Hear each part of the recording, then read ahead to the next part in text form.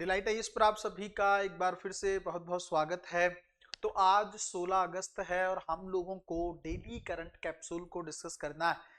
कल जो है पहली वीडियो आप लोगों ने देख ली होगी, है ना, और उसके नोट्स भी आप लोगों ने बना लिए होंगे और उसका पीडीएफ जो है वो डिलाइट आईएएस के टेलीग्राम चैनल पर भेज दिया गया है ना। तो उसको भी आप लोगों ने देख लिया होगा कि किस तरीके से एकदम टू द पॉइंट दोनों लैंग्वेज के अंदर हिंदी और इंग्लिश में आपके लिए टीम वर्क कर रही है और एक बहुत अच्छा कंटेंट जो है आप लोगों को प्रोवाइड करने का प्रयास किया जा रहा है ना। जिन लोगों ने नहीं देखा है उस वीडियो को जल्द से देख लें। पीडीएफ को डाउनलोड करके आप रख सकते हो और अपने खुद के नोट्स भी बना सकते हो, है ना। अगर किसी को पता ना हो तो डिलाइट आईएएस का जो टेलीग्राम चैनल है वो इस वीडियो के डिस्क्रिप्शन में उसका लिंक जो है दिया हुआ है। आप लोग वहां से ज्वाइन करके जो भी अपडेट आती है, कोई एडमिट कार्ड आता है या जो है द हिंदू का डेली एडिटोरियल हिंदी के अंदर जो है आपको ट्रांसलेट करके वहां पर दिया जाता है और एकदम टू द पॉइंट निकाल के देने की कोशिश की जाती है। तो उस कंटेंट को भी अगर आप लोगों को जो है पढ़ना है या अपनी तैयारी को बहुत अच्छे से करना है तो आप डिलाइट आईएएस के टेलीग्राम चैनल पर जुड़ सकते हैं, है ना। वीडियो को लाइक वगैरह कर दीजिएगा। 16 अगस्त का पहला करंट अफेयर अगर आप लोग देखेंगे तो क्या है, केंद्रीय मंत्रिमंडल ने इंडिया सेमीकंडक्टर मिशन के तहत उड़ीसा, पंजाब, आंध्र प्रदेश में 4 नए सेमीकंडक्टर परियोजनाओं को मंजूरी दी है, जिससे अब टोटल परियोजनाओं की संख्या जो है वो 10 हो गई। एक लाइन में अगर मैं आप लोगों को बता दूं तो सेमीकंडक्टर मिशन जो है वो भारत के अंदर इसलिए स्टार्ट किया गया है ताकि जो है मोबाइल के अंदर सेमीकंडक्टर चिप्स वगैरह को या लैपटॉप में जो चिप्स वगैरह चाहिए होती हैं सेमीकंडक्टर को लेकर उनको तैयार किया जा सके। बहुत अच्छे से आप लोग जानते होंगे कि इस मैटर में या इसके प्रोडक्शन में ताइवान हो, दक्षिण कोरिया हो, जापान और चीन, खास करके अमेरिका भी अब जो है इस उद्योग में एक बड़ी भूमिका निभा रहा है ना। तो भारत कहीं भी इनमें देखने को नहीं मिल रहा है। तो भारत जो है मैन्युफैक्चरिंग के सेक्टर में और खास करके सेमीकंडक्टर के सेक्टर में अच्छा परफॉर्म करने के लिए इस जो है इन्वेस्टमेंट को बढ़ाने के लिए अब इस पर काम कर रहा है ना। जैसे आप लोगों को पता है कि वर्तमान सरकार जो है आत्मनिर्भरता पर फोकस कर रही है, तो उसी चीज को बढ़ावा देने के लिए कि हम सेमीकंडक्टर चिप्स के लिए बाकी देशों पर निर्भर ना रहें, उसके लिए ये मिशन जो है चलाया जा रहा है ना। तो अगर आप देखेंगे तो किस तरीके से जो है लगातार भारत में इसका आयात बढ़ रहा है। अगर आप 2016 से 2024 के बीच में देखेंगे 2000% तक जो है से लेकर 4800% तक की वृद्धि हुई है और इसका 1/3 जो इंपोर्ट है वो चीन से होता है ना। इस चीज को कम करने के लिए हम लोग लगातार जो है इस पे काम कर रहे हैं। दूसरा करंट अफेयर है कि जो है फॉरेस्ट फायर वाली चीजें आप लोग देख सकते हैं किस तरीके से वाइल्ड फायर जो है वो हो रहा है, कहां पे हो रहा है। अल्बानिया, ग्रीस, इटली, पुर्तगाल, स्पेन और तुर्की में काफी सारे लोग जो हैं वनाग्नि से मर गए हैं, है ना। तो ऐसी सिचुएशन में और हजारों लोग इससे प्रभावित हुए हैं। तो वनाग्नि क्या होती है, जो वनों, घास भूमियों, झाड़ियों और टुंड्रा क्षेत्रों में अनियंत्रित रूप से फैल जाती है। आपको पता है जहां पे शुष्क वातावरण ज्यादा होता है और खास करके उष्ण कटिबंधीय जो क्षेत्र होते हैं या इक्वेटर वाले जो क्षेत्र होते हैं वहां पर इसकी संभावनाएं थोड़ी ज्यादा होती है ना। बारिश अगर कम पड़ रही हो तो ऐसी चीजें हो जाती हैं। दोनों तरीके से कारण होते हैं, एक कारण जो है मानवीय तरफ से भी होते हैं, प्राकृतिक कारण भी हो सकते हैं। अगर लगातार सूखा पड़ रहा है, पत्ते बहुत ज्यादा सूख चुके हैं, तो एक छोटी सी चिंगारी भी आग का काम कर सकती है। ऑस्ट्रेलिया में बड़े स्तर पर हम लोगों ने इसकी जो है घटनाएं देखी हैं। भारत में भी आप देखेंगे, अगर भारत का डाटा देखेंगे तो हिमाचल प्रदेश, जम्मू कश्मीर और उत्तराखंड ये वो क्षेत्र हैं जहां पर बहुत सारी जो है वनाग्नि की घटनाएं देखने को मिलती हैं और हर साल इस तरह की चीजें होती हैं। अच्छा, एक और चीज प्रीलिम्स के पॉइंट ऑफ व्यू से याद रखिएगा कि भूमध्य सागरीय जो जलवायु है वहां पर इसकी संभावना ज्यादा होती है। इस क्षेत्र में एक पवन चलती है जिसको सिरोको पवन कहते हैं। ये गर्म और शुष्क पवन है। ये चलती है सहारा मरुस्थल से और जाती है दक्षिण यूरोप की तरफ। याद रखिएगा, प्रीलिम्स के पॉइंट ऑफ व्यू से ये काफी इंपॉर्टेंट हो सकता है। सिरोको जो पवन है यूपीएससी प्रीलिम्स में पूछ सकता है किस तरह की पवन है, गर्म या ठंडी है। तो गर्म और शुष्क पवन है जो चलती तो सहारा मरुस्थल में है लेकिन दक्षिण यूरोप की तरफ जाती है। इसके चलते वहां का जो क्षेत्र है वो काफी ज्यादा शुष्क हो जाता है और आग लगने की घटनाएं या संभावना जो है वो वहां पर बढ़ जाती है। तीसरा करंट अफेयर अगर आप लोग देखेंगे तो मैं आपको, ये शायद स्लाइड पहले हो गई है, पहले आप इसको देखेंगे फिर उसको मैं बाद में दिखाऊंगा। यहाँ पे आप देख सकते हैं कि संसद के दोनों सदनों ने आयकर विधेयक 2025 को जो है वो पारित कर दिया है। इसका उद्देश्य है कि मौजूदा जो आयकर अधिनियम है 1961 का उसको थोड़ा आसान सा बनाना है, उसको तर्कसंगत बनाना है ना। इसके अंदर इस विधेयक में वर्चुअल डिजिटल स्पेस को email, social media, online account, cloud server, website, digital platform सहित किसी भी डिजिटल वातावरण के रूप में परिभाषित किया गया है। तो याद रखिएगा, एक अच्छा टर्म है वर्चुअल डिजिटल स्पेस। इसके अंदर क्या कुछ शामिल हो सकता है, इस तरह का सवाल यूपीएससी प्रीलिम्स एग्जामिनेशन में भी फ्रेम कर सकता है। दूसरा अगर देखें तो इसके अंदर मूल्यांकन वर्ष, पिछला वर्ष, है ना, इन सबको हटा के एक चीज कर दी गई है टैक्स ईयर, और जिसको आप लोग फाइनेंशियल ईयर के तौर पर भी जानते हैं।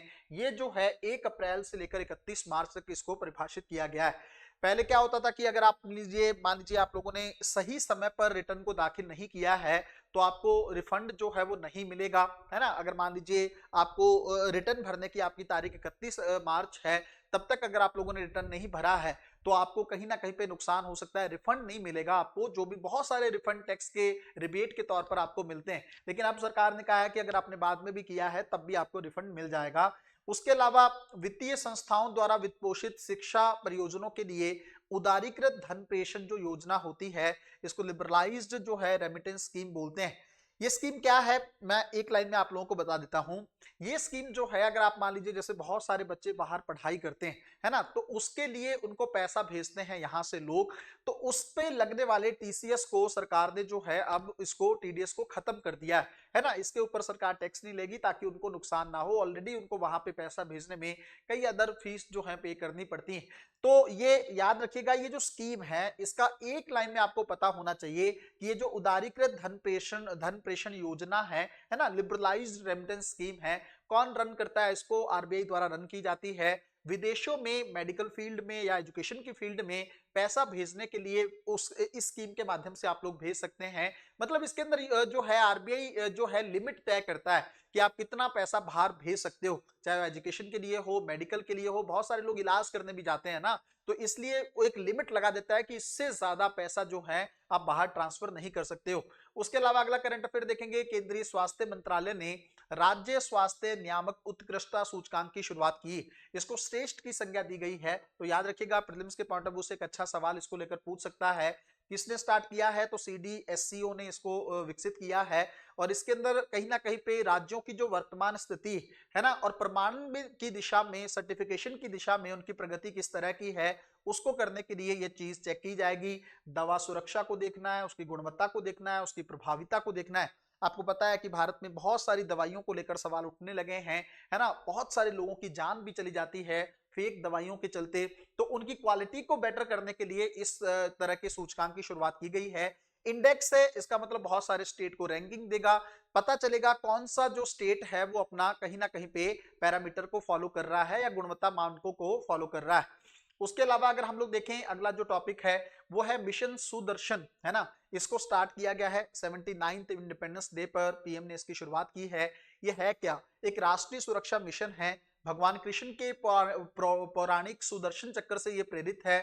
नोडल मंत्रालय जो है इसका डिफेंस मिनिस्ट्री है। उद्देश्य क्या है, वायु, भूमि, समुद्र और साइबर क्षेत्र में खतरों को निष्क्रिय करने हेतु स्वदेशी अनुसंधान आधारित प्रणाली को विकसित करना है। खास करके भारत को डिफेंस की टेक्निक में हमें इंडिपेंडेंट बनना है या आत्मनिर्भरता को सुनिश्चित करना है ना। तो एक अच्छा पॉइंट इसको लेकर भी सवाल बन सकता है।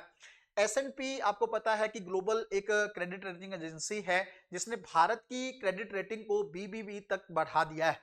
अब क्रेडिट रेटिंग क्या होता है, बहुत बार आसान तरीके से बता चुका हूं, खास करके इकोनॉमिक्स में, कि आपको पता होगा कि किस तरीके से, जैसे मान लीजिए कोई भी व्यक्ति लोन लेता है तो उसको क्रेडिट स्कोर दिया जाता है।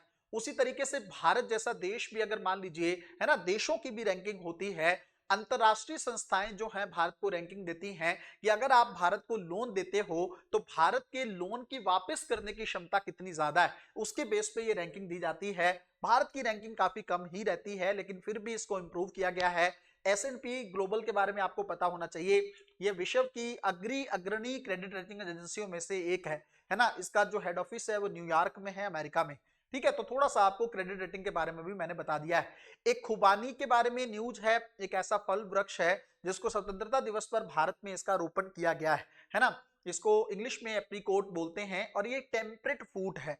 भारत में यह लद्दाख, हिमाचल प्रदेश, जम्मू कश्मीर और बाकी क्षेत्रों में भी आपको जो है देखने को मिलता है ना। तो इस तरह का, और कहाँ पे अंतरराष्ट्रीय स्तर पर पाया जाता है, भूमध्य सागर हो, मध्य एशिया हो, उत्तरी अमेरिका में इसको आप लोग देख सकते हैं। इसका एक शायद स्लाइड आगे पीछे हो गई है, वो मैं आपको यहाँ पे दिखा देता हूँ। थोड़ा सा, जैसे इस तरह का सवाल ना यूपीएससी पूछता है कि भारत में नई दुनिया से कौन कौन से जो है जो पेड़ों को लाया गया है या पौधों को लाया गया है। नई दुनिया का मतलब अमेरिका की बात हो रही है, जैसे मक्का को, आलू को, टमाटर को, शकरकंद को, कसावा, मूंगफली, मिर्च, ये सब वो पौधे हैं जो भारत के अपने नहीं है, भारत से बाहर से लाकर इनको भारत में इनको प्लांट किया गया है। गन्ना भी उसी में आता है और रबड़ भी उसी में आता है। एक सवाल ये आता है कि पुर्तगीज जो है भारत में कौन कौन सी चीजें लेकर आए हैं, तो आलू है, टमाटर है, मक्का, पपीता, मूंगफली, अमरूद, एवोकाडो, तंबाकू और मिर्च जैसी कई फसलें जो हैं पुर्तगीज के द्वारा लाया गया है। तो काफी बेहतरीन सवाल और रिपीटेड तरीके से अगर आप देखेंगे पिछले 4-5 सालों में यूपीएससी इस टॉपिक को लेकर सवाल पूछ रहा है। ठीक है, आगे से जल्दी से देखते हैं। खुबानी को लेकर हम लोगों ने बात कर ली है, तो अच्छा सवाल प्रीलिम्स को लेकर इसको लेकर बनता है। फिर अगला टॉपिक अगर हम लोग देखें, एक अध्ययन किया गया है किसी संस्थान द्वारा, उसने कहा है कि खाद्य पदार्थों में अगर जैव सक्रियता करते हैं हम लोग तो इससे भारत की पॉपुलेशन को काफी सारा लाभ हो सकता है। बायोएक्टिव पेप्टाइड्स बोलते हैं, क्या होते हैं ये? छोटे प्रोटीन के टुकड़े हैं जो दही, इडली, नाटो और मछली जैसे खाद्य पदार्थों के किण्वन से के दौरान बनते हैं। इनका उद्देश्य क्या है? सटीक पोषण समाधान जो है प्रोवाइड करना है, कहीं ना कहीं पे न्यूट्रिशन को लेकर चीजों को प्रोवाइड करना है। आपको पता है स्वास्थ्य को लेकर चीजें खराब हो रही हैं, तो प्रीलिम्स के पॉइंट ऑफ व्यू से आपको ये याद रखना है कि बायोएक्टिव पेप्टाइड्स किसको बोलते हैं, है ना। बायोएक्टिव पेप्टाइड्स किसको बोलते हैं? प्रोटीन के छोटे टुकड़े हैं जो किण्वन के दौरान क्रिएट होते हैं। इससे क्या फायदा हो सकता है? रक्तचाप को नियंत्रित किया जा सकता है, हमारी इम्यूनिटी का जो सिस्टम है वो बेटर हो सकता है, प्रतिरोधक क्षमता बढ़ सकती है, उसके अलावा भी बहुत सारे गुण इसके अंदर देखने को मिलते हैं। अगर आप लोग यूपीएससी प्रीलिम्स एग्जामिनेशन 2026 को तैयार करना चाहते हैं तो आप डिलाइट आईएएस के अंतिम प्रहार बैच को ज्वाइन कर सकते हैं। बहुत बेहतरीन तरीके से आप जो है उसके अंदर तैयारी मैं करवा रहा हूं। लगभग सारा बैच जो है मैं अपने तरीके से अपने अंडर ही रन कर रहा हूं। बहुत आसानी से आप लोग 130 के आसपास, 125 के आसपास नंबर जो हैं प्रीलिम्स एग्जामिनेशन में ले पाओगे।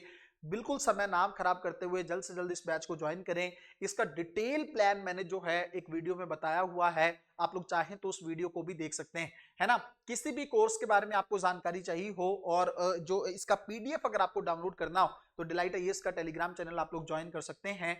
ये क्वेश्चन है आज के लिए, इसके कुछ कथन हैं कि पहला कथन कह रहा है कि मिशन सुदर्शन चक्र की शुरुआत जो है 78 स्वतंत्रता दिवस पर शुरू की गई है। दूसरा, यह एक राष्ट्रीय सुरक्षा मिशन है जिसे गृह मंत्रालय स्टार्ट कर रहा है। इसका उद्देश्य वायु, भूमि, समुद्र के साइबर क्षेत्र में खतरों को बेअसर करना है। इसका आंसर आप लोग कमेंट के माध्यम से मुझे बताइएगा।